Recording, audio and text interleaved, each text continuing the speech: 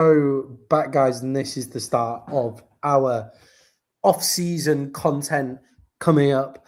To you, we're going to talk about all the free agency moves from week one, and when I say all, I mean the big headline ones. So we're going to talk about the Max Crosby saga, what went on there. Minnesota Vikings new QB1. Is there a new QB1 in Minnesota? We'll talk about it. Does DJ Moore get the Buffalo Bills over the top? Is he Josh Allen's best ever wide receiver? Does Tua Tagovailoa push Michael Penix out of the NFL? Are the Rams the obvious favorite for Super Bowl 61 after adding Trent McDuffie and Jalen Watson? And will the NFL regret letting the Kansas City Chiefs add Super Bowl MVP Kenneth Walker? Finishing off with the Dallas Cowboys preparing for a big move.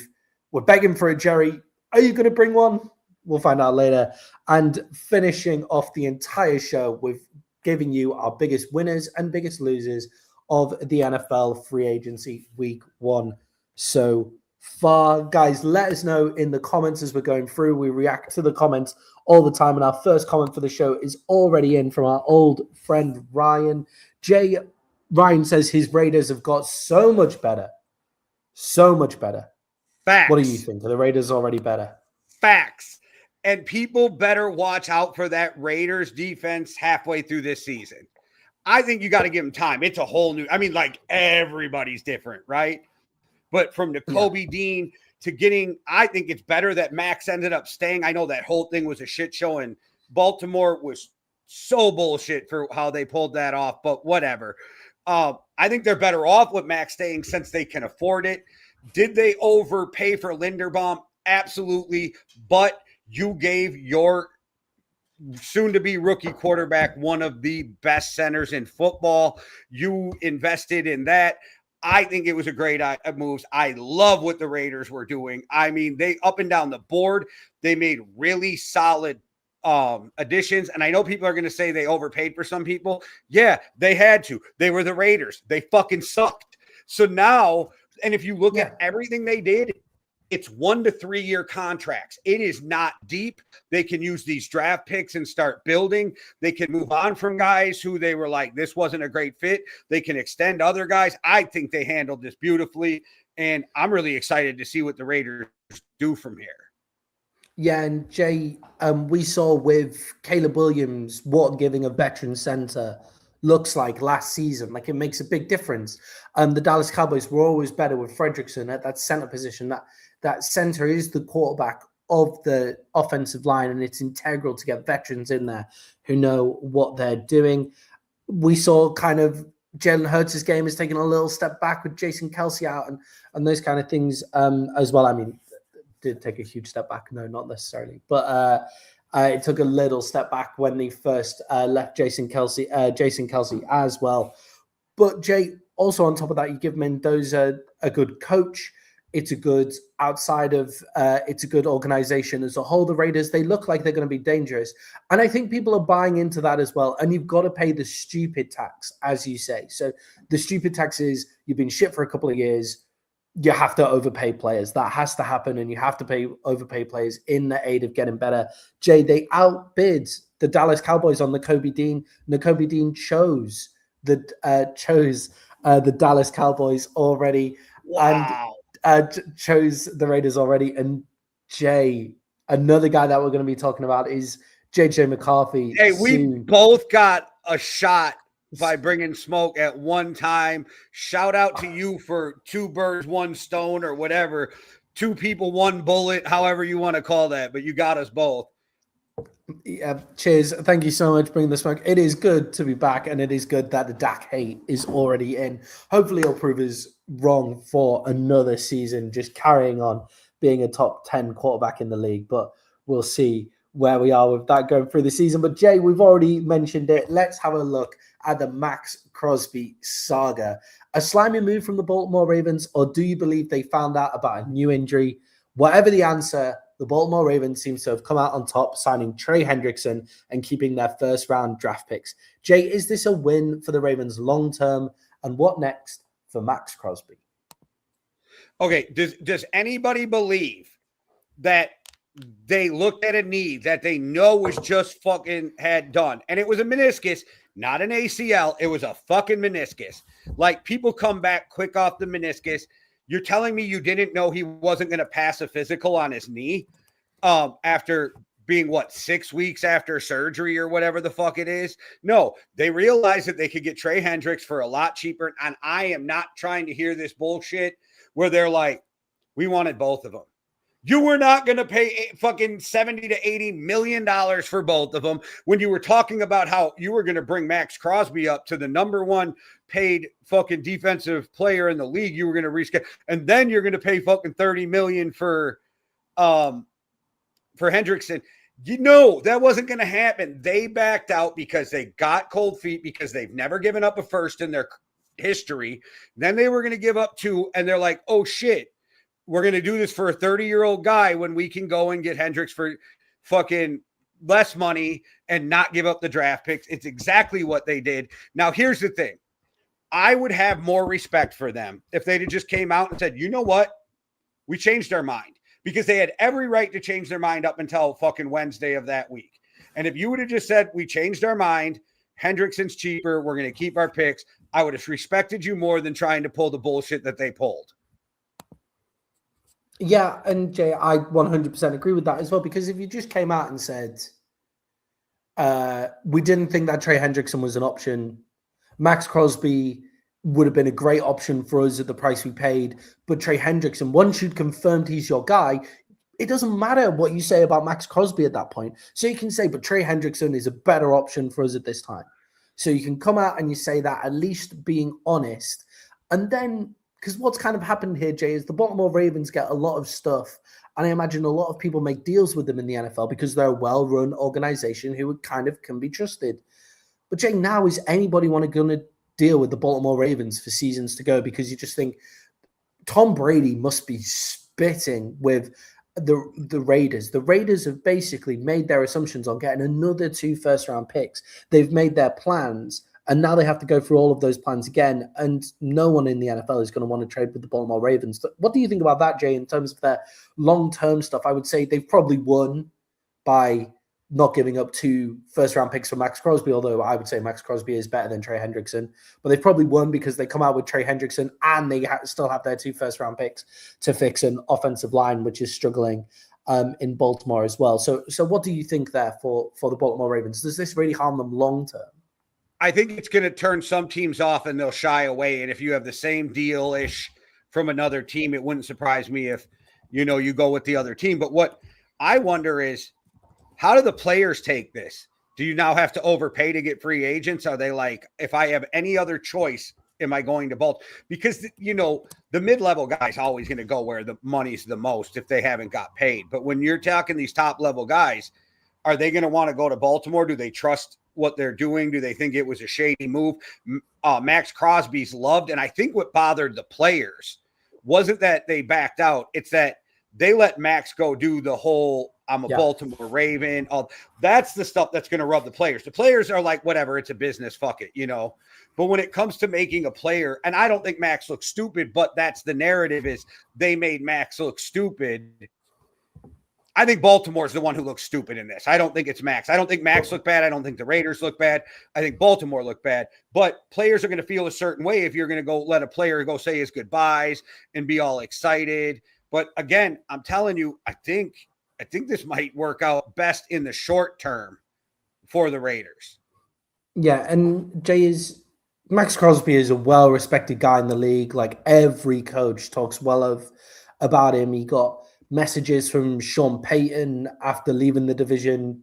Sounds like he was basically saying, like, obviously sad to see you go, but really glad to see I'm not going to have to game plan against you. And Andy Reid has spoken about how difficult it is to game plan against Max Crosby, 2 games a year and stuff like that. He's a well-respected guy in the league. So to do that to one of the league's most respected players is a tough thing for the Ravens to do, especially when they're an organization that's considered to be one of the good ones. But Jay, let's move on and talk about I think we both agree that the Ravens have probably made the right call on the face value of Trey Hendrickson for a cheaper deal and keeping your first-round picks. Let's talk about what next. Yeah, Max is better, but he's not 2 first round. picks better. Max is better. Yeah, Got 2 first-round picks better. I get the move. I just don't like how they pulled it off. Yeah, 100%. And Jay, what next for Max Crosby and the Raiders? Do you think the Raiders are going to keep him? They can clearly afford him. Do you think other teams are just trying to make the Raiders come down to their evaluation? What do you think's going on there with Max Crosby? What's next for him? Well, it depends. Are they do they have a bottom line? Like, we're not taking less than this for Max Crosby. And if that's it, because the Ravens were the only ones who went to 2 first. Even Jerry wasn't going to 2 first, right? So from all the reports.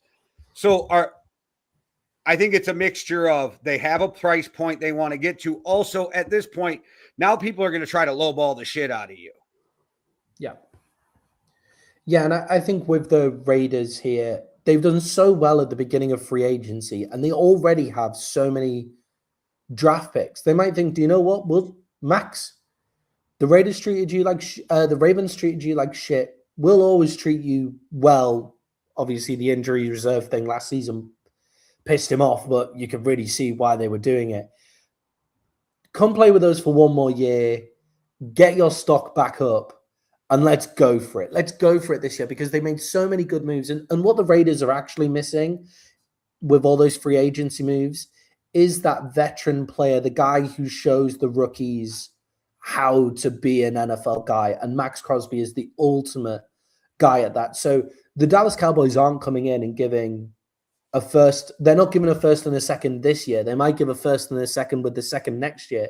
But the Cowboys don't have a second this year. The Cowboys don't pick from the first round. They don't pick until the third from that point. So they need to give a second next year. And I don't think the Raiders really want that. I think the Raiders want those picks now. The Eagles seem to have been already quick to fill their defensive end positions. We'll obviously see what happens with Jalen Carter saga and all of those kind of things in Philly. As of this morning, they're still trying to get Jonathan Grenard from Minnesota.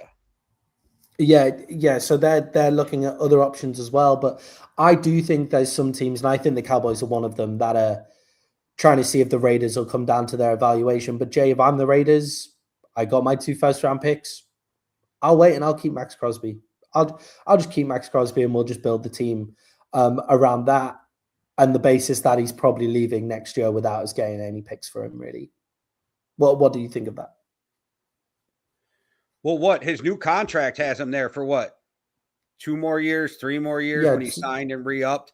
So, and if you trade him next year and you get what you want, but I could see Max just saying, fuck it, them revising his contract, giving him updated money, and him just retiring a 1 helmet guy. I could see Max doing that. Yeah, like, it must be crushing to like go to a place, think like, oh yeah, I've got this move, and like basically you have changed everything in your head to now just come straight back down. Like, you might not want to go again, like that must be really tough. And I think the Raiders handled it the right way by saying, Max, we get you're pissed. We love you. And if you want to be traded, we'll try to make that happen. So when it 100%. Fell through, they were still like, Max, remember, we love you. You can come home. Yeah. And I mean, and he's a class dude too, the way he handled he's a class dude. And he lives in Vegas, which is one of the places where most people seem to want to live in the States. I personally don't see it because that's not my type of city, but like, that it looks like a lot of fun, especially if you're a fucking millionaire. I'm not a drinker and I'm not a millionaire and I'm not a gambler. And I love Las Vegas because there's so many different Las Vegases that you can go and do. But I wonder if guys sometimes too go, I want to trade. And then as soon as they're getting trade, go, fuck, I wish I wouldn't have asked for a trade. And the reason I bring that up is, at first, it kind of felt like that's what happened with Micah last year. Yeah, I agree. I do wonder if Micah is happy in Green Bay than he was in Dallas. And you don't realize all the stuff you're saying goodbye to and all of those kind of things. But guys, let us know in the comments what you think about the Max Crosby trade. Do you think the Raiders should trade Max Crosby and be looking to move in? Do you think they should keep hold of him? Which team do you think Max Crosby would suit going to? Ryan, let us know how you felt about Max Crosby staying as a Raiders fan as well. Put it in the comments and we'll look at it later on. But Jay, let's move on to your Minnesota Vikings and their potential new QB1 is JJ Nine McCarthy out in Minnesota. The Vikings have added the electric Kyler Murray to combine with KOC, earning $1.25 million. Is this the perfect QB to see if JJ McCarthy can get it together over training camp? How short is JJ McCarthy's leash? Or will Kyler Murray be the QB1 straight from the off? Yeah, they didn't bring Kyler in to be the number 2. And they're done with JJ. I've been listening to Alec Lewis. I've been listening to Jeremy Fowler and these guys who are Minnesota Vikings insiders, Collar and these different guys. And they said some things that made me go back and watch some more JJ. And they're like, they couldn't run play action with JJ. And I went back and I'm like, oh, you're right. They never ran play action. Then Aaron Jones comes down and says, oh, we had to shrink and dumb down the playbook. Then I go back and look, and they're literally running like 3 plays from different fucking formations.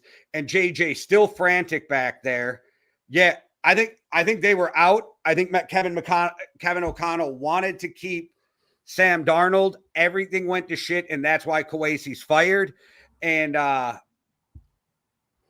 love Rob B, so do your thing as the GM.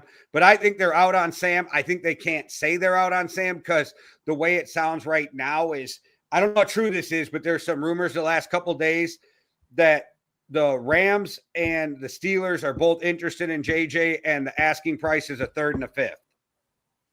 Yeah, and I mean, shout out to the Minnesota Vikings for kind of keeping that semi under wraps. Like, I think we could all see it after watching that. Okay, maybe because we were kind of like, JJ has these shows of class, and he's clearly got something there. Maybe it screams classic Ryan Fitzpatrick backup quarterback stuff. Maybe like when you're looking at it, those elements of Magic Ryan, clearly happy that Double X Max is staying in Vegas.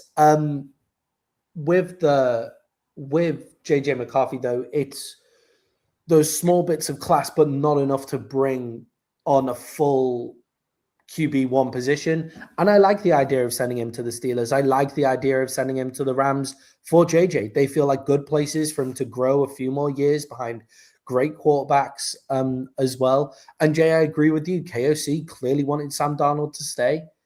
He clearly wanted Sam Darnold to stay. It's even reported really he wanted Daniel Jones after Sam was going, and they wouldn't offer Daniel Jones any more money to stay. And Daniel Jones thought his best path to start was in Indy. Yeah, and clearly that's why Kawasi was fired. It has to have been why Kawasi was fired.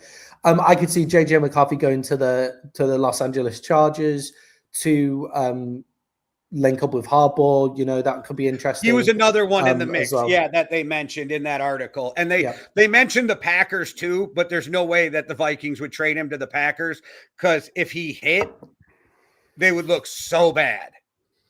Yeah, 100%. Jay, let's talk. I think I agree with you. I think 9 is out in Minnesota. I don't think he can stay either. I don't think your first round pick can stay on the books as soon as you move him to QB2. So I really don't think he can stay. And if you get, what did you say the asking for? A 3rd and a 5th? Yeah, 3rd and a 5th. And a 5th. 3rd and a 5th is what they want. If they could get a 3rd and a 5th, then that's... It sounds like they refuse to move him for anything less than that, because their argument is, we can just sit and let him walk after his contract in 2 years and get a 3rd or a 4th. Yeah, I mean, that's actually fair enough. Yeah. So maybe a 3rd and a 5th to get him out of there. But Jay, let's talk about Kyler Murray. He's going to be on $1.25 million this year. Feels like a great fit, right? KOC is the kind of offensive guy. He's brought back Sam Darnold. Daniel Jones looked amazing immediately after spending time with KOC. Kyler Murray feels like the kind of guy who needs to revitalize his career, go to KOC, and with the kind of plays that Kyle Murray can do, surely KOC can bring that out in him as well. Jay, what do you make of Kyler Murray being paired up with Kevin O'Connell, especially for only $1.25 million this year? Oh, we them Vikes this our year.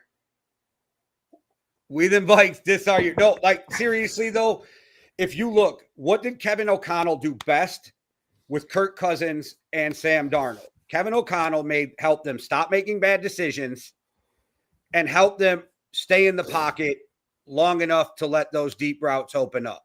What is Kyler's two biggest downfalls that people kill him for? He leaves the pocket too early and he makes some dumbass decisions at times, but he is super accurate. He's got a cannon, and he's athletic. These are the traits that Kevin O'Connell's been searching for since the day he got there. The only thing that I swear I know Kevin would want more is they probably like it better if he was 6'2".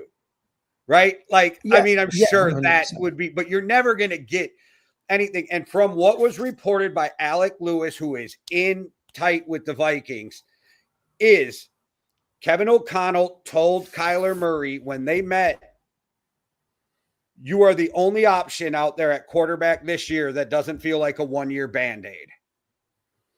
Yeah, and I'm still surprised by how it went down with Kyler Murray in Arizona.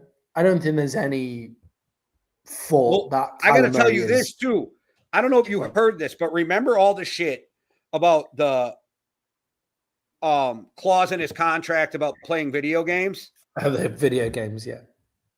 So here's what happened. I guess this is what happened. This is coming from Albert Breer. So what happened was, he said it on his podcast. Kyler's agent took them to the ringer on Kyler and another player, right, for max deals. So they were mad at Kyler's agent, so they put this out there. They put this in the contract as a shot to make Kyler's agent look like he wasn't a great agent, and then leaked it. And the reason it came up is they were saying that, they didn't feel like Kyler was watching enough film. Well, come to find out, and I found out this is true, they were running the same offense that Kyler has ran since he was in 8th grade, through high school, through college, into the pros. How much film do you want a guy to study? Of his own self, if he's ran the same system since 8th grade? Yeah, and to be fair to Kyler Murray, it looked like an offense that had come straight out of 8th grade as well. There was zero motion. It was literally Kyler just step back and throw. He's not going to get that with KOC. And we'll see how he studies. Obviously, I feel like Kyler Murray is a clear QB1 in this league. Kyler, there is nothing in Kyler Murray's career that doesn't make me think he's top 5 potential, top 15 pretty much every year he's had in the NFL. I love Kyler Murray, and I'm really excited to see him pair up with KOC. And Jay, something that needs to be mentioned is Kyler Murray looked his best with DeAndre Hopkins. He looks his best with those big wide receivers because, he's a fucking short guy, so he needs to throw something up there for people to go get. Do you know who the Minnesota Vikings have, and who everybody seems to have forgot that the Minnesota Vikings have because he didn't get the ball at all last year? The best wide receiver in the league, Justin Jefferson. Justin Jefferson and Kyler Murray are going to be an amazing pair. All right. I'm excited about that as well. The Cardinals went 1-5 without Kyler in 2022, 1-8 without Kyler in 2023, 1-11 without Kyler in 2025. Even though everybody keeps talking about how fucking great Jacoby Brissett played, he won one game. Okay, I'd play great if I was. I'd play great if I was playing 100%, if I was playing 80% of my minutes in garbage time because I'd already thrown interceptions and hadn't scored when the game was actually on the line either. Jacoby Brissett is fine. It's okay, but he's not fucking Kyler Murray. So, yeah, Jay, I think you should be excited about Kyler Murray, Vikings. And, Jay, I think the Vikings are one of the top to go worst to first. Even though, Jay, with JJ McCarthy, they weren't the worst. They had the same record as the Packers, and they had the same record as the Packers by half a game behind the Packers, and they had a better record than the Lions last season.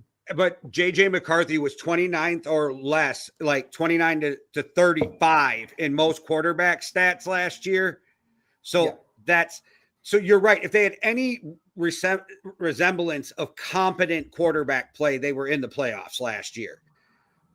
I think what Kyler can do with his legs is going to change life. I think people forget that Jordan Addison's still there. They drafted Ty Felton last year, who's lightning and a wide catch radius. And they were like, well, they didn't play him a ton. The Vikings never play rookie receivers a ton. Look at Justin Jefferson. He didn't play his first few games in Minnesota. Like they bring guys along, right? Also, they didn't put a lot on Jordan Addison's plate until JJ got hurt and they had no choice. And they were like, hey, we need you to be a number one, I think, and I know that Vikings fans are really upset. Oh, they let Jonathan Allen go. They let Hargrave go and they didn't replace him. How come nobody stops and goes, oh, maybe they didn't replace him because they really like Drake Rodriguez and they really like Redmond, Jalen Redmond, who they just gave a big contract to. Like, they act like these losses aren't being filled, but it might just be guys they developed bringing up. Plus, Hargrave and Allen at best were average, and that's because of Allen. Hargrave was below average in San Francisco, below average in Minnesota. So good for you, Green Bay. Take the below average guy and overpay him because he's making more than he would have here. What he would have in Minnesota. But like, I don't think that people realize they're bringing back the same team. And why hasn't Harrison Smith retired already? Because he's coming back, guys. He's coming back at age 37 for one more run. He just wanted to see if JJ was going to be his quarterback. That's what I truly believe. And I think if JJ was his quarterback, he was retiring. Now that Kyler's there, I think he's like, we got a shot. Let's go see if we can win this thing when I'm 37 years old. I don't know. I like what the Vikings did. They need to hit in the draft. Definitely need to hit in the draft with their first 4 picks in the top 100. But I think I really like what they're doing. And I like that they got Kwesi came in to manage the cap, and then the cap's fucked. And now all of a sudden in 1 year, Rob Brzezinski's going to have this cap back to good next year and keep the same team on the field, adding Kyler Murray. You couldn't ask for a better Kyler Murray situation for the Vikings either, because they were in kind of cap trouble. And when does a starting quarterback who's ranked between 10 and 17 his whole career come to the market for 1.3 million, right? Like, it doesn't happen. So this is, I'm overly excited, Maddie, because this feels like this could be a lightning in a bottle type situation. Yeah. And that 1.25, 1.3 million means that if it doesn't work, all right, move on. For the Cardinals, for me, it's a complete disaster move and a complete failure of their organization. The one thing that they've had is this idea of they've had their franchise quarterback for so long. They paid him huge money. They're eating a lot of money on the cap this year with moving off Kyler Murray. So, I think this is a complete failure for the Arizona Cardinals, but huge win for the Minnesota Vikings. Jay, our final question to talk through before we go to a break is all about the Buffalo Bills. And does DJ Moore get the Buffalo Bills over the top? DJ Moore might be overrated by some and underrated by others, but whatever you think of DJ Moore, is he the best wide receiver Josh Allen has ever had? Did the Buffalo Bills give up too much to get him? No, he's not the best receiver that he's ever had. Stephon Diggs is the best receiver he's ever had. Yeah, exactly. I've seen that question so much. Is DJ Moore the best? Stephon Diggs exists, man. Like, outside of Stephon Diggs. Did they overpay for him? No, they filled a need that they needed a guy who is definitely competent, has speed. I don't think he's a true number one, but I think he's a better number one than Shakur. It looks like they're looking to move on from Coleman, is the way it sounds, in this offseason. So they have to. I don't know. I almost think you have to keep him, because what else do you have on this roster? 3, 4, 5 deep, at receiver. But I get it. After what they said about him, they have to move on. You can't say he's the whole reason why you fired a coach is because you wanted Keon Coleman and then keep Keon Coleman on the roster. Like, you can't do that, surely. I think if a coach would have said it, you have to move on because it was an owner. I think you can get past that because owners get passes for saying dumbass shit.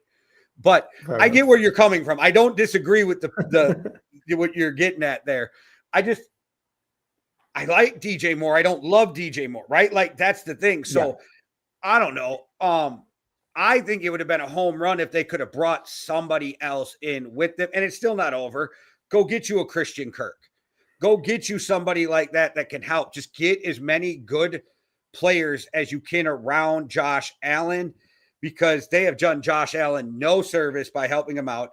It's kind of like the Aaron Rodgers days when they just refused to get him a top receiver. And yes, they had Devontae, don't get me wrong, but they drafted him in the middle of the second round. It's not like they went out searching for this great thing, and then that's all they had for a while was Devontae. And what do you do if Josh Allen only has one guy? But I like the move. Like, I think it's a good fit. Did they overpay? Maybe, but they needed him. So then I guess it's not really an overpaying. I just think they need to do more. Yeah, it is a deep receiver class, and it is a deep defensive end class. So yeah, that's what bugs me, I think, a little bit. So they've given up a second-round pick for DJ Moore. And I think what they've done here is the same thing that the Cowboys did at the defensive tackle position last year. We can't fucking draft defensive tackles, so let's just pay in the free agent. Let's just pay the trades compensation that we have to do for it. I think the Buffalo Bills have maybe said, look, we've been terrible at drafting wide receivers. So actually this second round pick in our hand that we're going to use on a wide receiver is useless to us. So let's get rid of the second round pick to get someone who we know is good. I like DJ Moore. I think DJ Moore is a good wide receiver.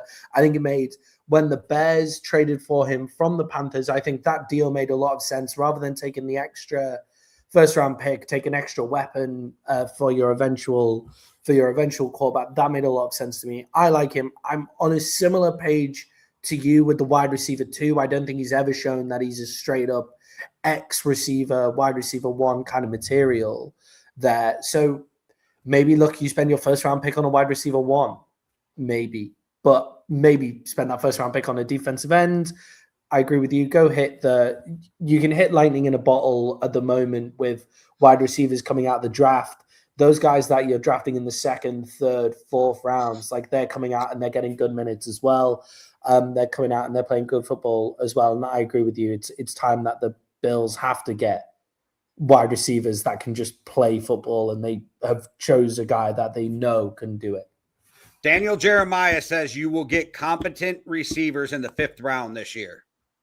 Yeah, so I think maybe it makes sense to spend your big money on an already NFL established guy, so that second round pick, an NFL established guy, and then take flyers basically all the way down the draft. Now, I was surprised that the Bills went in on the Naylor trade, the Jalen Naylor trade. I think that would have made a lot of sense, because if you get your one and then you get your speed wide receiver, Jalen Naylor, and then you're just trying to hit something else like in the later rounds of the draft. I think it's the fact that they were going to have to pay him like $13 million a year, I think, as a free agent to come out for Jalen Naylor.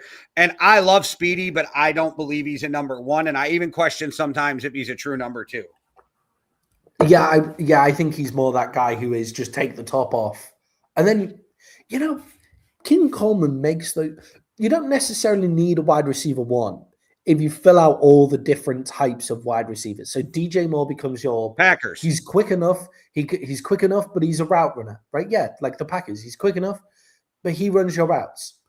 Keon Coleman makes X wide receiver catches. He's just not a wide receiver one because he doesn't get a single ounce of separation. But, if you throw it up to him, he'll go get it. And then Jalen Naylor takes the top off, and you have those three guys, and you have the money ball approach to wide receiver, creating the perfect wide receiver through the aggregate might be what the Bills should have gone for here. But I think they might take flyers all the way down the draft now and draft a defensive end at one. There's still some competent guys out there. And if you're just looking for 1 year fills, there's still Keenan Allen and different dudes out there that can help. So maybe they do more. I kind of wanted to see them get DJ and Mike Evans. That was the combination I wanted to see them come away with. But I think Mike Evans in San Francisco is nasty. So yeah, I think that's pretty. Let's quickly talk about Mike Evans before we go to the break. But just finishing off on Buffalo quickly, I can't believe they just didn't spend on whatever it would have taken to get Mike Evans there. That clearly made the most sense to me. I think he was going to San Francisco no matter what, is what it sounded like. Yeah, maybe he just decided it was San Francisco for him or bust. Jay, let's finish off that with the Bears and DJ Moore before we talk about Mike Evans and the 49ers quickly as well. But Jay, DJ Moore leaving the Bears, how should the Bears feel about this deal? It feels like they've just gone, Luther Burton showed us exactly who he is. Colson Loveland showed us exactly who he is. We're cool with riding with this. Yeah, and Odunze to me is still their number one and was growing along the lines of watching him progress. And I think, and if you look at it, the Bears, it's a good move. So you make that trade, you get him instead of we'll call him a first round draft pick, right? We'll call DJ a first round draft pick in that trade. Yeah. You use him for a few years on your team. You help build up Caleb Williams, give him more targets, do the right thing. And then you trade him for a 2. So it's like you got to rent a player for a few years for a pick swap. Yeah, exactly. And a player with good production as well. Seemed like a great teammate, great character guy, good in the locker room, like just a good guy to have around.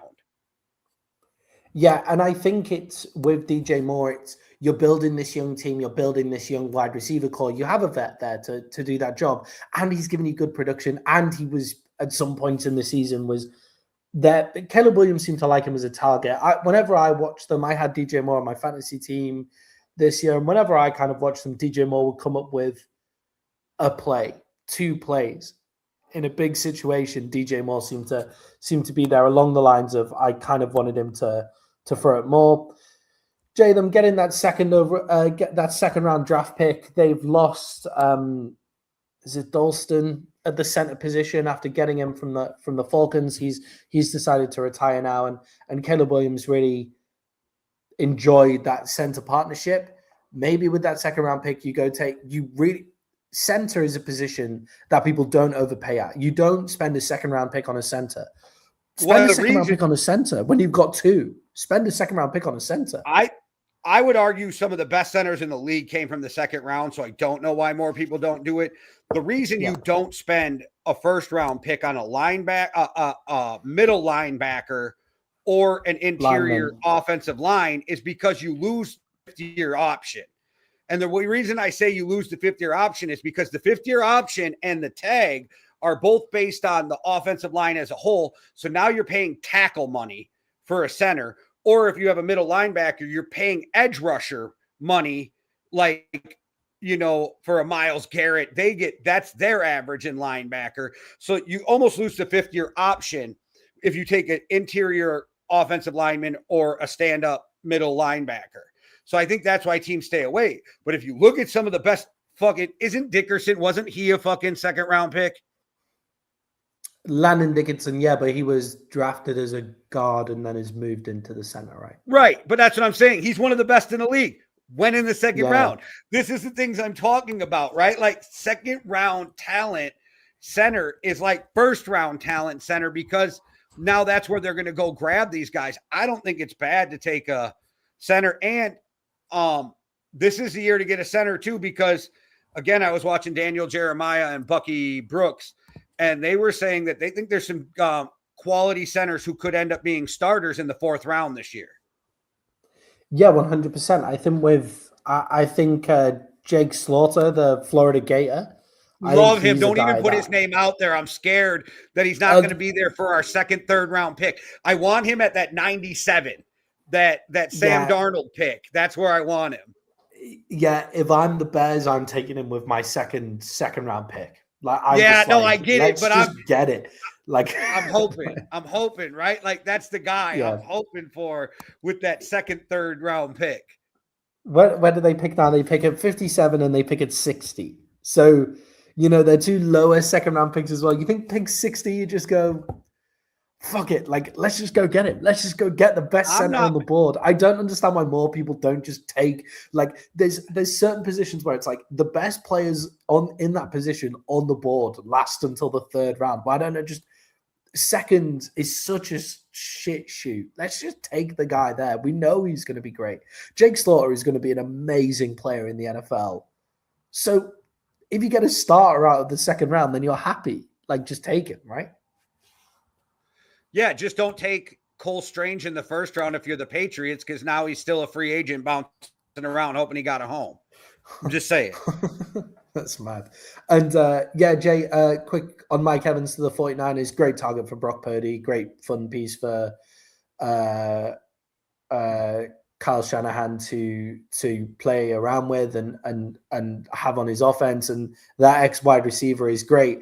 Jay, the one thing I'm worried about, and it's something that I'm going to worry about against the 49ers all year, and I don't know how they keep overcoming this, let's add the most injured player in the league to the most injured team in the league, and let's just carry on like with this. Like, how is Mike Evans going to survive a season with the 49ers medical staff? Well, like, they're always injured.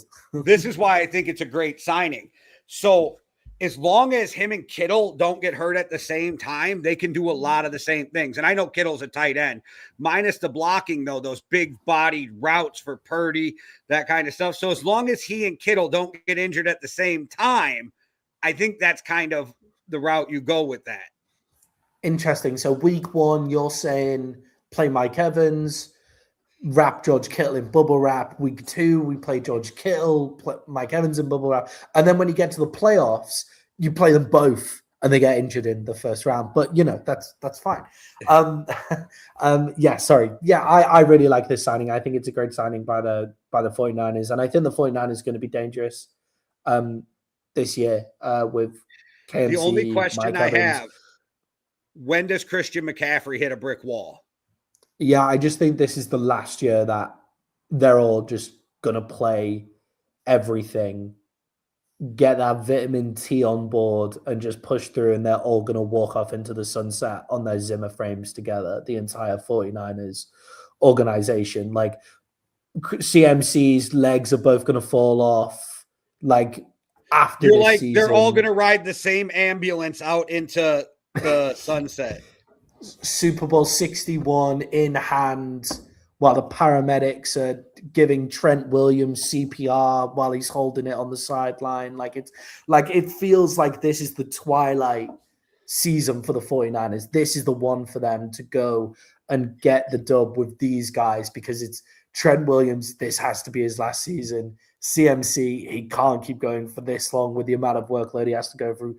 George Kittle spends his entire seasons injured. Mike Evans spends his entire seasons injured. This is the one that they've got to go for. And Jay, the way to keep us from needing CPR and to keep us alive as we go throughout the season is by plying us with coffee. And guys, you can really help us out by buying us a coffee.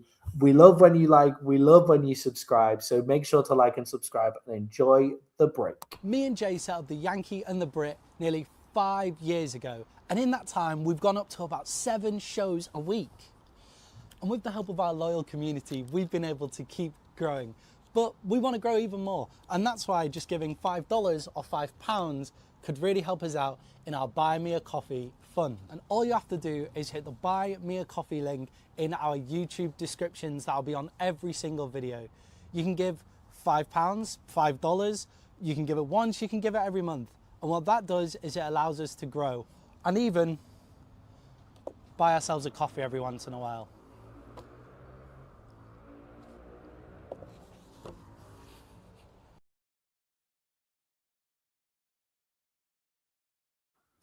Yeah, guys, and if you would like to buy us a coffee, then you can go to the link that's in the description of all of our videos. And if it's not there, then you can go to the QR code in the top left at the end of the video to go and subscribe to our Buy Me a Coffee fund.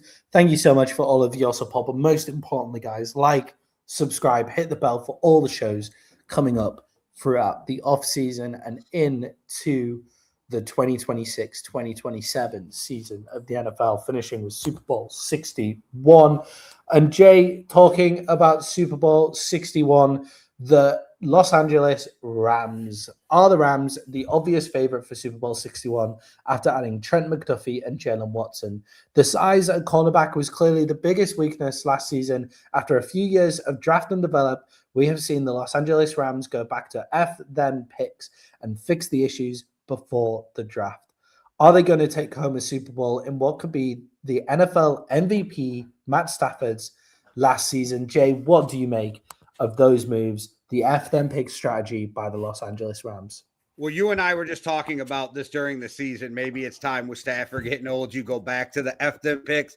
But I don't know if they're the clear-cut favorite, but they're one of them. But they're in a brutal division that's going to beat the shit out of each other. So that's always hard. And then are we assuming that Seattle falls off? I kind of think they see them take a step back because Clint Kubiak leaves, but that doesn't mean anything. There's other good teams, but I see why people have them as the favorites. I think that secondary just got a lot better. And I literally was questioning what the hell Kansas City was doing in this offseason. So I would have to say I think they were great pickups because you trade for one and then sign the other as a free agent, correct? Yeah, he traded for Trent McDuffie and you signed Jalen Watson as a free agent. And Trent McDuffie, I think did they give a first round pick for Trent Yeah. McDuffie? Is I think that it was what they give first up and for him? something else too. Yeah, I mean a first round pick for Trent McDuffie, one of the best corners in the league. And Jay Corner was a big problem for them last season. And Jay, when you're going up against the 49ers, who are now huge at wide receiver with Mike Evans and Juwan Jennings if he stays, but George Kittle and Mike Evans as their receiving options. When you go up against the Parsons Seattle isn't Seahawks, a small guy either. So I mean, not what's his name? Ricky Pearsall, yeah. And when you go up with Ricky Pearsall takes bullets and gets back out there, man. Like he's hard as fucking nails. Like there's no problem there. But when you go up against Jackson Smith-Jigba and Cooper Kupp and the Seahawks with Clint Kubiak and what they were able to do, like the Arizona Cardinals, maybe a bit of a drop off there at wide receiver that really worked for my analogy. But when you're the Rams and you're going up against these quality wide receiver calls, and as we've said, the NFC has been a conference of creating the best all-round team, not necessarily just having the best quarterback. And I mean, they do have the NFL MVP from last season, Matt Stafford as well. I think they've come out, they've addressed that issue, and they've done a great job with it. They've not just addressed it by just throwing some guys at it. Trent McDuffie is legitimately one of the best cornerbacks in the NFL, and Jalen Watson, his Kansas City buddy as well. They know how they play off each other. So going out and getting a first round pick, I love that move, Jay. They're my favorites to win it all this year. I think these were great moves, and I don't really see anybody stopping them. But Jay, as you're right, this is a big division to get beat up in. Jay, Kansas City, obviously trading a first-round pick there. What do you think they do with that extra first-round pick for Trent McDuffie? Clearly, the contract was maybe too big for them. I'm not sure what they were thinking about getting rid of Trent McDuffie here. Okay, so they lost starting safety and 2 starting corners. You bring in a safety at free agent, but you don't really do anything at the cornerback position. Like you have to draft a corner, right? You have to. Yeah. Well, they drafted. And because they signed 9. Maybe because they signed Kenneth Walker. Like this is why when we were talking the other day and I put there's no way he makes it. Like when you were talking about were you talking about Sonny Styles? Who were you talking? It wasn't Sonny Styles. Who were you? Caleb Downs. Yeah, Caleb Downs to the Cowboys. Yeah. I was like, there's no way he's sitting there when the Cowboys draft because there's too many teams in front that need a corner. Like, and he's so fucking good. If you're not gonna willing to spend a top 10 draft pick on him, then you're not going to ever spend a top 10 draft pick on a corner. Yeah, and I think with the fact that Caleb Downs declares safety, which makes him harder, but he's that kind of nickel Mamwari style safety who can. But he's a guy who can play nickel and the outside. Like this is, we were just talking about how this is that positionless football we've been talking about for 2 years now, right? So yeah, and he's so intelligent as well. So, but the fact that they've now got 2 first-round picks, they've now got 9 and 29 in the first round. It makes them feel even better about taking Caleb Downs at 9. Like taking Caleb Downs at 9 and then Colton Hood at 29. I'm sure that's what they're kind of going to move for. Get that safety, get that cornerback at 9, and you know if they both hit. Okay, you've made good decisions. That's fine. It's taking a lot of risk on making sure. And to me, Jay, it screams that the Kansas City Chiefs maybe don't think that they can win it all next year. I don't think they can. Yeah, lots of people think that this Kenneth Walker move means that they're back. I think all the signs are they feel like they can't win it this year. And Kenneth Walker is maybe a guy to keep on going for the future. And Jay, we'll move on to Kenneth Walker quickly with the Kansas City Chiefs. Jay, will the NFL regret letting the Kansas City Chiefs add Super Bowl MVP Kenneth Walker? The Kansas City Chiefs didn't get anything from their run game last season, but does adding the Super Bowl MVP fix that problem? This is not a shot at Kenneth Walker. He was amazing, and I even said in our preview to the Super Bowl show, he was the guy that was going to make big plays, change life in that game for Seattle. But I don't even think he was the best running back on the market. I think he was the second best running back on the market. And I think you went and you paid a lot for him. But I think for Kansas City, it's going to pay dividends because, Maddie, this kind of fits what you were just saying earlier. if you're not good at drafting something, just go pay for it. And they haven't been the greatest. Like Clyde Edwards-Helaire hasn't really panned out. Pacheco was good, but like I think the best of him is over because I think he played so aggressively that it doesn't last long. I think he was a downgrade in Detroit. So like I think Montgomery was better. So I think like just going back to what you said, if you're not good at drafting it, just go pay for it. And you got Patrick Mahomes a top back. I just think you overpaid. And I think you would have been better off with Travis Etienne than you would have with Walker just from the style they play. But I'm not going to say it was a bad move because it wasn't. Yeah, that Pacheco fall off really hit them hard and it kind of came out of nowhere. But, Pacheco was always that kind of running back who runs like he's angry at the ground and was always going to take that wear and tear quite quickly. It's just you didn't expect it after only 3 years playing. So unfortunate for Isaiah Pacheco that downturn. And I mean, he's got himself a good move. I mean, getting himself behind Jahmyr Gibbs at the Lions is actually a really nice place for him to go playing, those short downs, those short yardage areas. But with Kenneth Walker going to the Kansas City Chiefs, I think it does give them a lot more impetus in the run game. But as we've seen with the run game, it doesn't matter who your running back is. There's so many other problems with a run game when it's not working. And the running back is the final piece to add in. So do the Kansas City Chiefs think that the entire problem with the run game with the guys back there? I suppose a broken down Isaiah Pacheco and 35-year-old Kareem Hunt is not really going to do you much work in the backfield to start with. So Kenneth Walker maybe does give them a decent amount of go forward, but does he make them kind of like this elite offense straight away?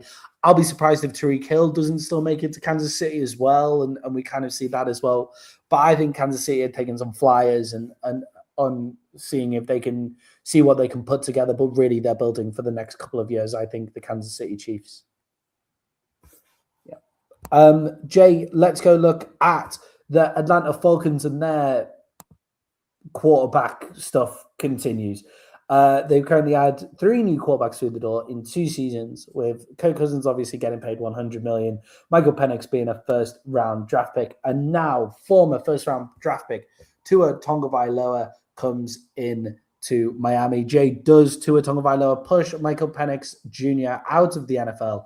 Tua cost the Falcons $1.5 million. Are the Falcons going to give Penix a fair chance this season, or is he already being shown the door? Well, he's already behind the 8 ball because you have to learn a whole new system, and it looks like you're not going to be ready for training camp, and Tua is going to be taking all the reps. And I know some people are like, they only brought Tua in because he's left-handed, so they don't have to change the system.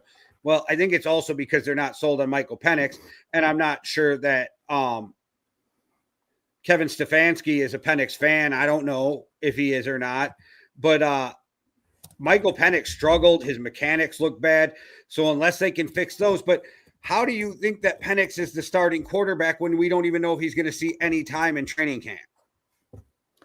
Yeah, I don't see how Penix can be the starting quarterback, really. I think Tua wasn't the problem in Miami. I think Tua needed to get out of Miami, and I think Miami needed to get rid of Tua. I don't think that it's necessarily a bad thing that Miami are eating the money on Tua, and because they've been able to get Michael Penix, and I think that's a decent move for everybody involved there with Michael Penix going to Miami as well. I don't know how true this is, but I read something in, I think it was the Star Tribune, where they were saying that Tua's agent called Minnesota and they were just like, no, thanks. Yeah, I can see that, and it feels like he's kind of damaged goods, and with the concussion stuff. And that's it. I think it's the concussions because the Vikings are one of the teams that go the extra week when you have a concussion, right? Like leave them out. Yeah. And I'm like, I think they're like, we don't want to deal with that. And to be fair, they were probably also talking to Kyler Murray at the time. And if I'm given the choice between Kyler Murray and they were. Hey, nobody would tamper and talk early. What do you mean? Nobody would do that. But also, Jay, the other thing with that is the left-handed quarterback stuff. There is a reason why there is the average population of the world there is a higher percentage of left-handed people in the average population than the average of left-handed quarterbacks there are in the NFL. And it's because of things like, I was talking to my dad about this. It's, my dad is an avid NFL fan, but he's more of a casual, and he's like, I don't understand why left-handers are so different. And it's like, well, you spend all this money on your left tackle, and you make sure your left tackle is the guy that earns all the money and he's the most important. And your right tackle becomes the blind side when you bring a left-handed guy in. Also, wide receivers report that the ball spinning the other way kind of fucking freaks them out and stuff like that as well, and it takes them a while to learn how to catch it. So actually, the fact that Tua is left-handed probably does actually help, like that he goes to the Falcons a little bit, where they've been working with Penix, who's left-handed as well. But Jay, you just watch Penix. All you need to do is watch Penix's throwing motions. It's not good. He loses that throwing motion so quickly. It looked like he forgot how to throw the ball at points last year. There's no way that there's no way that he could be their starting quarterback. And I think Tua is a starting quarterback in the NFL. It's just whether he can, not get more concussions and stuff like that as he goes through. And finally on that point, I think that Kevin Stefanski and Tua could really put something nicely together. Tua has spent a lot of time in the league now, should be able to diagnose things quickly, a lot of stuff off play action with Kevin Stefanski. And most importantly, he's only 3 years older than Michael Penix. Like, Michael Penix is 25 and Tua is 28. Like, I know that's like a decent age gap in the NFL terms, but like, when we're talking second year to a guy who's been in the league for 7 years now, and there's only 3 year age difference, it's not that big of a deal either. Like, the fact that Tua is not a veteran. It's not at quarterback, but did I piss off all of Vikings Nation by suggesting that if Jordan Addison balls out this year, you trade Justin Jefferson for 3 first-round picks, extend Addison, who's 3 years younger, and move on that way? And I said I would not do it, but what do you think? And people got mad at me, bro. Mad at me. Yeah, and I think you sit and think about it, right? Like, it's the thing that they should sit and think about. But Jay, with that age difference being kind of small at quarterback, with the amount of years that Tua's got on board there, Tua has to start for the Falcons, in my opinion. It's just the whole process of this is mad. Like, now they've got rid of Kirk Cousins and they gave him so much money. They've spent that first round pick on Michael Penix, and now Tua comes in. As well. I mean, they're only spending $1.5 million on Tua, so I guess worth kicking the tires on it. But Jay, what do you think the Falcons should be doing as they move into this season? I am not gonna lie, I was a little shocked that they didn't keep Kirk. I thought maybe Stefanski, with his time with Kirk in Minnesota, might have kept him. Sounds like Kirk wants to get paid again. There's a fucking shock. That he wants a multi-year good for Kirk, deal. Man. Good for fucking Kirk Cousins. Like, he knows how to make dime. And this is why he will leave without ever sniffing a ring. But I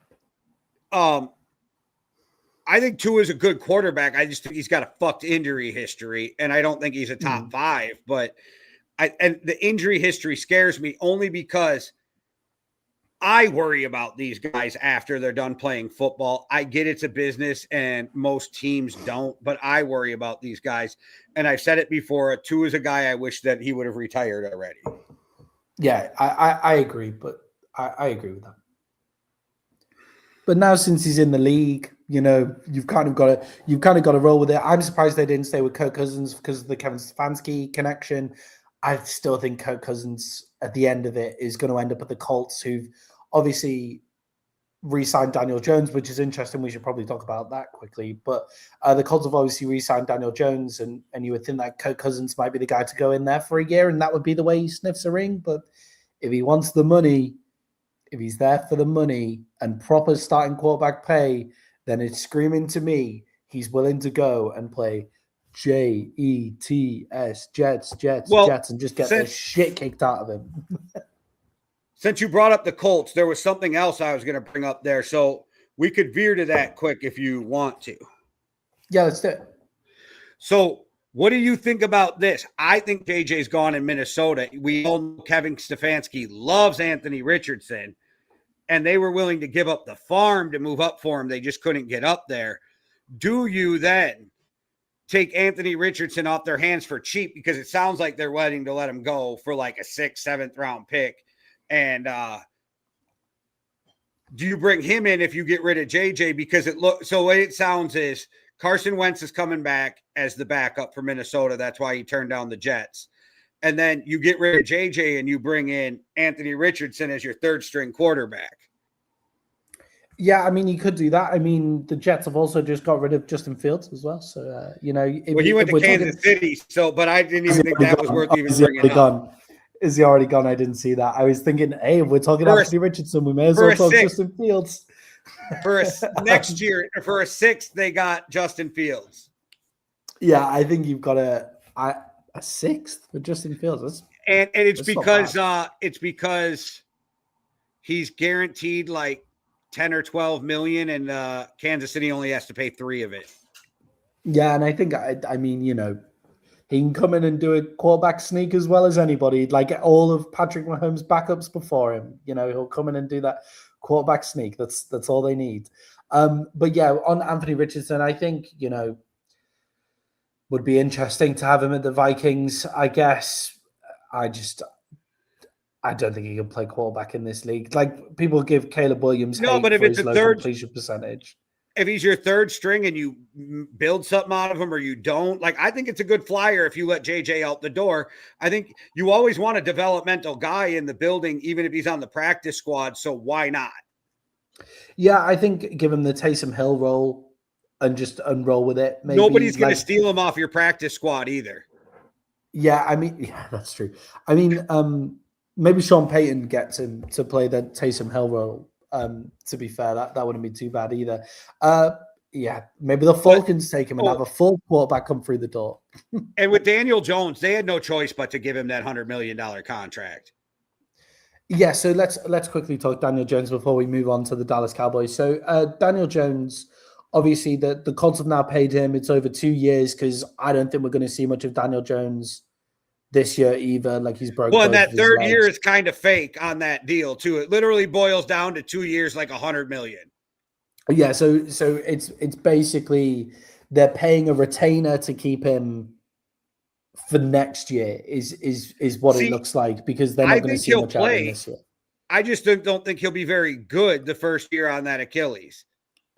Yeah, it's just he injured. It's still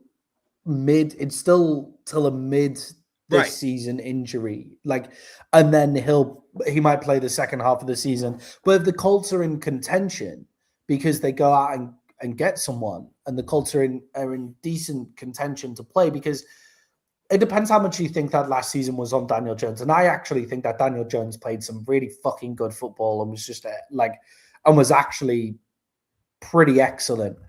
But you could go see the Colts go get Kirk Cousins and be contenders, and it turns out that Daniel Jones wasn't the thing, and it was Shane Steichen that was the thing, and Kirk Cousins made it available. Why couldn't they get Kirk Cousins? So they give away their best receiver to the Steelers. Mm.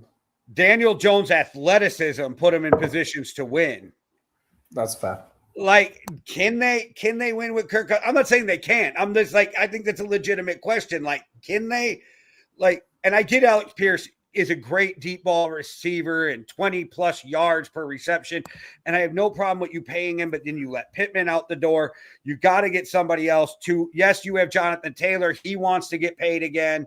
Like, I don't know. It seems like it's a rough point right now for the Colts. They got to ride some waves. I just don't know if Kirk Cousins is the guy because he got zero mobility. Yeah. And I mean, I don't know who's there with the mobility to kind of do that for them, whereas Kirk Cousins can play a certain level. And I mean, I give you the reasoning. I just don't know if there's anybody right now who can come in and save their season. Yeah, maybe. I think with the Michael Pittman being traded away is an interesting thing, because Michael Pittman getting traded away and then giving Alec Pierce what most people were surprised he was given that much money, whether you think it's an overpay or not. I really liked Alec Pierce coming out. He makes huge plays. He scores touchdowns. He gets a lot of yards down the field. So, maybe worth paying, but seemed like a lot to everybody else. So I'm not sure who else was paying Alec Pierce that amount of money. There was rumors last year before the Vikings went and got Thielen from the Panthers that they were going to try to trade for Pierce, but he wanted so much money coming in the door on a new contract. They were like, nah, we can't pay you that and Justin Jefferson. Yeah, and what's even more interesting about the kind of giving Michael Pittman, they traded Michael Pittman, right? Like did they get the second round pick in return? I don't remember what they got from the Steelers. I just remember going, that makes no sense for either team. Yeah, felt like a lot to give away. Like it weirdly felt like a lot to give away for the Steelers. And then but if you can't get the ball to fucking Metcalf, what makes you think you're? Yeah. I don't know. Like how are you getting into Pittman? But yeah, I don't understand the Colts giving him away, especially when they don't have a first round pick because of the Sauce Gardner trade.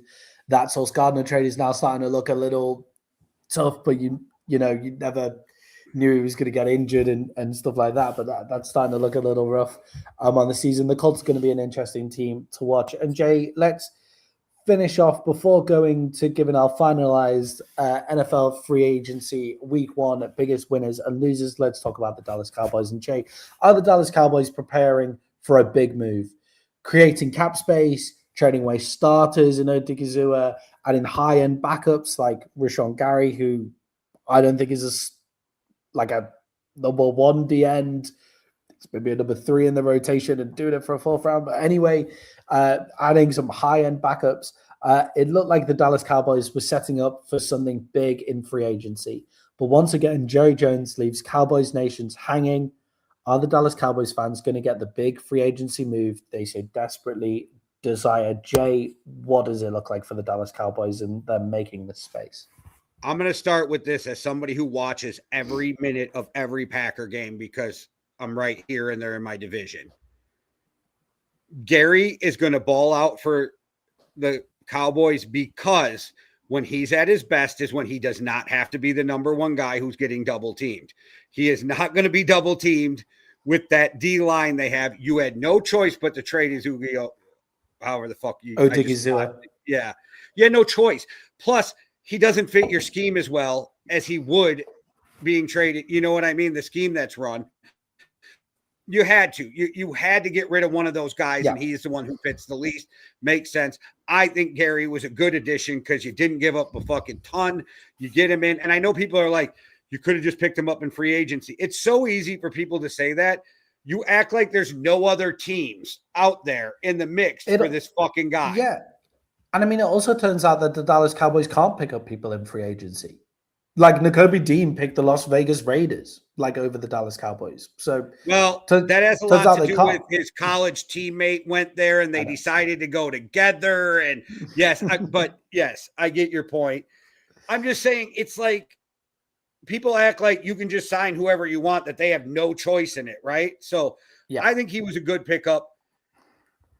I think they're still trying to lowball the shit out of the Raiders. I don't think that's going to work. I did hear that they were one of the teams who called about Jonathan Grenard, but it died right there. I do know everybody thinks Minnesota has to trade him. I don't know why they think they have to. It's just he wants a new contract, and he's going to have to play on his contract if they don't trade him. And the only reason they said they'd trade him is because they want to try to make him happy, so go shop a trade. But from what I hear, they're not taking less than a first for him, so I don't know if he'll go out the door. But I don't know if there's gearing to make a big move or if they're just clearing cap because they got to sign fucking George Pickens. They might just be clearing room because they have to make some kind of deal with George Pickens. And you would think at some point they got to get Dak back to the table to rework his deal. Yeah, and to be honest, if the move is to re-sign George Pickens, then that for me is like a decent free agency style move as well, because I know they've what do you call it? I know they've tagged him. I know he's been tagged and stuff, so we're guaranteed to have him for next year. But George Pickens might be the kind of guy that is pissed off about being tagged. They tagged him because it's only $27 million, and if they assign him to a new contract, he wanted 30 something, which ain't the worst move. And maybe you can make him happy by saying, yes, we tagged you, but before the season's over, we will have a new deal for you. And then it starts next year. So they get this Jerry cheap 1 year and then extend him. Yeah. And it always fucking always ends up that it would have been cheaper to not tag him, just with the way that Jerry does things. No, I agree. And hopefully he's learning, and that's fine. But with people at the age of 100 don't learn new shit most of the time, so we'll see. Maybe the Cowboys are like, we're going to use him for one more year and let him walk and get a 3rd-round pick for him. I mean, I wouldn't necessarily hate that either, to be honest, as long as the money that they're freeing up, because currently what they're doing is they're freeing up loads of money and not using it, and that's pointless. Like, because you're giving up something in the way that you're freeing up the money here as well. You cannot, you can roll a lot of that money over to next season, though. You got a 3-year window where you can roll money. Yeah. With the Odigizua move and the trade away, it's like, I do get it. It's like you can't have Odigizua, Quinton Williams, and Kenny Clark all in the D tackle room and pay them all. Like be spending that much at D tackle. Like Odigizua got his contract last year and stuff. I'm a bit annoyed that he went to San Francisco because I think he's going to be fucking unreal at San Francisco. But that's fine. Yeah, their front 7 is nasty again. Yeah, and Greenlaw's back. Ooh. Yeah, and I think with the one time the Cowboys D-line looked really good this year was that 5 personnel in the front where it was 3 D tackles and 2 D ends and stuff like that. I thought that was quite interesting, and that looked like it was working and everybody was eating, but you couldn't keep them and pay them. I do understand that. But they're moving this cap room, and I still just think it has to be, and we come back to the start of the show, it has to be Max Crosby. Like, that's the guy that they're trying to work on. And if they're working on it and it fails, okay, that's fine. Let's not give up the farm for Max Crosby. I get it. We'll come back to the table next year and try and get him again and those kind of things. But I do think that this cap has been put aside for Max Crosby, and that's what they're trying to do with it, because a defensive line that is Max Crosby, Quillian Williams, Kenny Clark, and then either Rashawn Gary or Azaraku is a nasty defensive line, and the Dallas Cowboys go back to having that nasty defensive line, and they can just focus all of their draft energy on linebacker and the secondary as well. So I do think they're preparing a big move still, and they're just trying to make sure that they get this move. Maybe it's Jonathan Grenard. Right. It could be Jonathan Grenard, and it can't be Jonathan Grenard because we would have heard, like we heard that it died down immediately. That's not the way that the Cowboys organization operates. Like, there would have been 20 leaks by now. You know exactly what the Cowboys are going to do before it happens. Like, we know what the Cowboys are going to do before Jerry Jones. We don't even know if they're going after Max. We don't even know if they're going after Max right now. Like, we don't know shit about the Cowboys right now. which to be fair to the Cowboys, it's fair play. That's the first time in a while. But Jay, let's finish off the show with the final thing of our biggest winners and losers of NFL free agency week 1. We'll both pick a biggest loser and we'll both pick a biggest winner. Jay, I like to finish on a positive, so let's start with the losers. Jay, in the show title is the total disasters. Jay, who's this free agency window been a total disaster for you? I mean, people can call me crazy, call me dumb in the comments, whatever. It's Kansas City. Go on, give it. It's that secondary. How the fuck do you play in the NFL without a secondary? And maybe they'll prove me wrong, but like, how the fuck do you play? And then I still think Kenneth Walker's great. You overpaid him too. We can argue about that, whatever. But I think it's the loss of the secondary. And you struggled last year on your defense at times. Anyway, I think Chris Jones might have seen his best days, and I don't know. I don't understand the secondary moves. And so I think that they're the biggest loser of the free agency. Yeah, I think you could say one of the biggest losers is the Chiefs defense, and one of the bigger winners is the Chiefs offense, but the Chiefs defense is a much bigger loser than the Chiefs offense is a winner. Jay, for me, my biggest loser is the Cincinnati Bengals again. The Cincinnati Bengals. They're my biggest winner. Go for it. Right. Interesting. So they've added defensive players. Finish your loser and then we'll get there. I'll let you do that and then we'll go. Yeah. So for me, the Cincinnati Bengals have added defensive players, but none as good as losing Trey Hendrickson. And we continue to see this thing where it's all about the way that they can build their offense and stuff like that. Jonathan Allen, solid player, played pretty well for the Vikings, but getting older as well. Boyan Mafe, intriguing, not the consistency that you're going to get from Trey Hendrickson. To me, with the Cincinnati Bengals, it looks like performative help that they're trying to get on the defense rather than actual help that they're getting on the defense. And I think I'm just always bad on the Bengals and anything that they do in an offseason. So, Jay, please tell me why I'm wrong.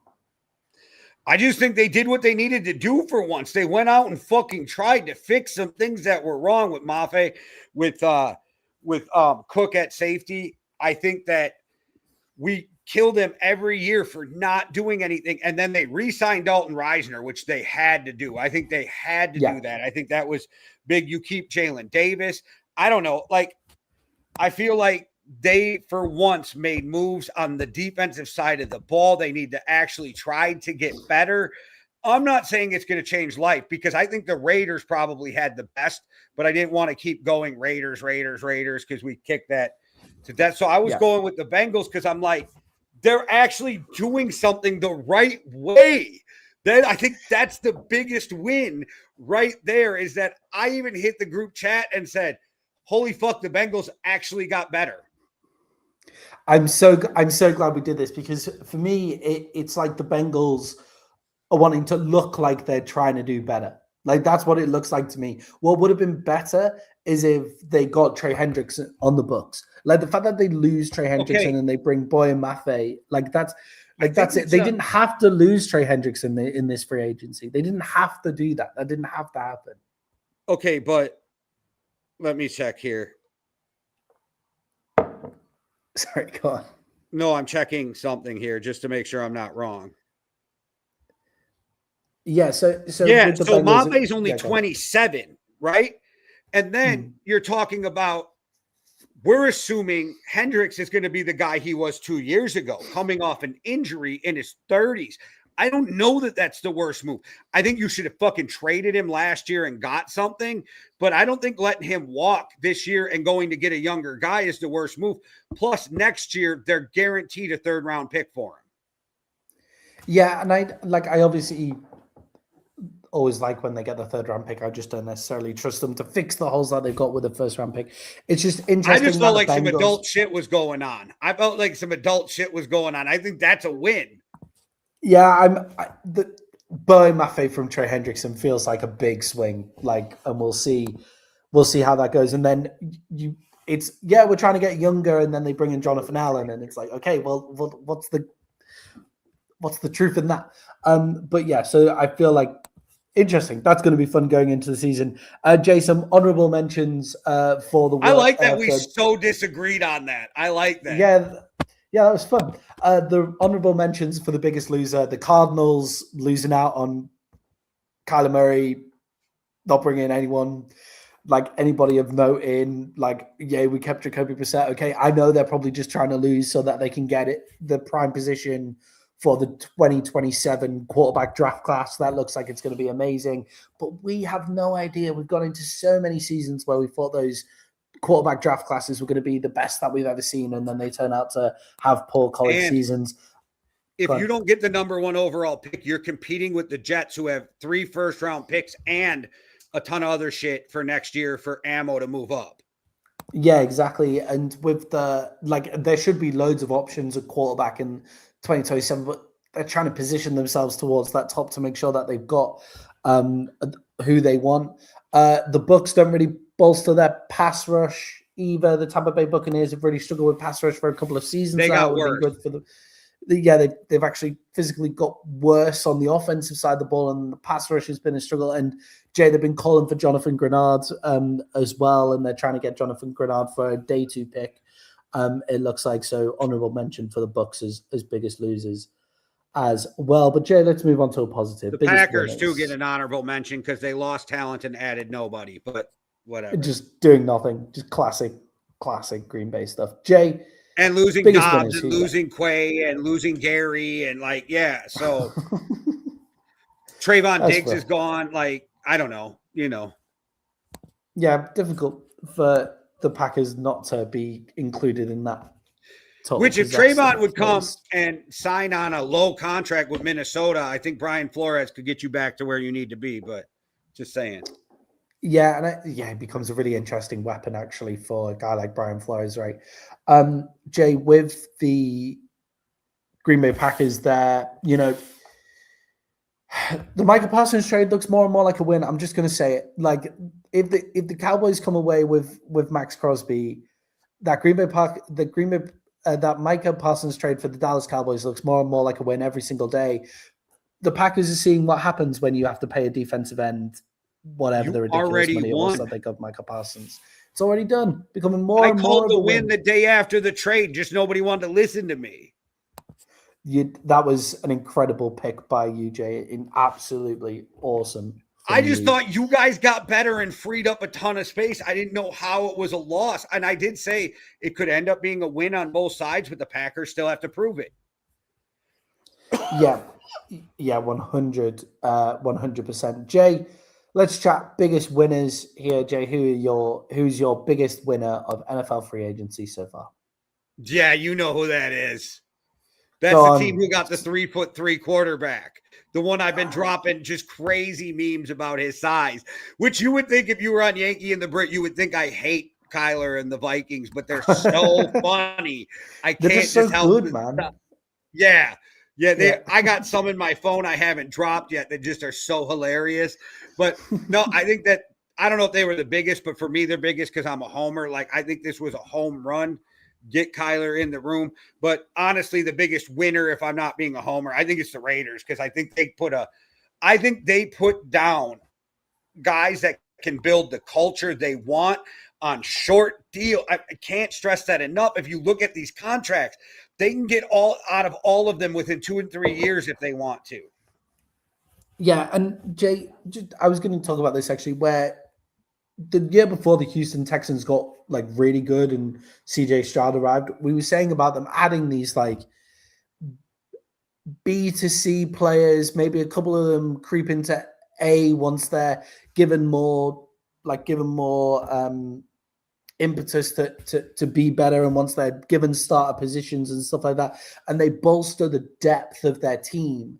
And then you add in a CJ Stroud, you add in a Tank Dell, you add in a Nico Collins, and you go, okay, we got a team. And the Houston Texans had a team that year. And I see the same kind of building style with the Raiders. And it's like, yeah, we're overpaying guys, but we need to because of the stupid tax. So I like what the Raiders and you want your young quarterback to succeed. So you're putting as much talent on both sides of the ball as you can. I don't know. Like, they have Brock Bowers. They have fucking Aston Genty. You're bringing in Mendoza. Like, you got a lot of really good talent, and Henry Ruggs will get paroled later this year. Okay, I was joking about bringing him back, but it looks like he gets out in August. He'll never see the NFL again, guys, and that was a bad joke, but okay. Yeah, I think with Mendoza as well, like, his stock continues to grow for me, which is interesting. Even after, like, you would think his stock was immediately the highest after the national championship. I like him better now than I did. Yeah, the lack of bad news about Fernando Mendoza, like the lack of anybody coming out and saying anything negative about Mendoza, just makes me think. And I went and watched. Okay, yeah, this guy's legit. I went and watched more of him, and he's fucking impressive in crunch time. Like, he's got the talent, he's accurate, he can move around, he's athletic, but the way he handles pressure and the way he responds at the biggest moments, it's fucking impressive. Yeah, so it gets better and better. It gets better and better for the Raiders. Jay, I think the Raiders are probably the true biggest winner, especially if they're able to keep Max Crosby, or if they still get a first-round draft pick from somebody for Max Crosby as well. Like, there's a lot that can happen there. But Jay, there's a couple of honorable mentions that I have written down here. Shout out to the interior offensive linemen, especially the centers. We've already said about how teams should be going out and getting those centers. Tyler Linderbaum comes out and resets the market with a $27 million per year deal. Yeah, he comes out and he resets that market immediately. The Bills re-signed Connor McGovern to a long extension. Tyler Biadasz signs for the Chargers for $10 million per year as well. But then we've got the guards as well. So David Edwards, Isaac Samalo, they both received long-term deals. I like the interior offensive line, man. I've been saying it a lot about I've been saying a lot about how the interior of the offensive line is becoming more and more important as D tackles become more and more important on the defensive side of the ball as well. So big love for interior offensive linemen and massive love for the centers there. Jay, I think the Baltimore Ravens can consider themselves short-term winners as well with the way that things went down. You know, they get Trey Hendrickson. What was it? It was like it wasn't a terrible money deal either. Trey Hendrickson's probably a winner coming out of that deal at the age of 31 after the injuries as well. You're probably not wrong about that, but they get to keep their 2 draft picks as well. So they are our winners and losers, guys, and we hope you enjoyed our first show back, coming back into an amazing offseason of NFL football. Join us again for more stuff on free agency, more stuff on the drafts. And Jay, we need to talk about everybody's biggest needs in the NFL and how we would fix all of their teams. But Jay, send us out like you always do. It was good to see you guys. Enjoy the rest of your week. All right. Since I know Howie Roseman watches every show as you're watching, Howie, Jalen Carter, Jonathan Grenard, and the second-round pick from Minnesota. You're welcome, because we got to pay him astronomical to bring him in. We'll take that off your hands. You can get our second and Jonathan Grenard for Jalen Carter. All right. Everybody, thanks for watching. Hit that like and subscribe. One world, one love. Deuces. Cheerio.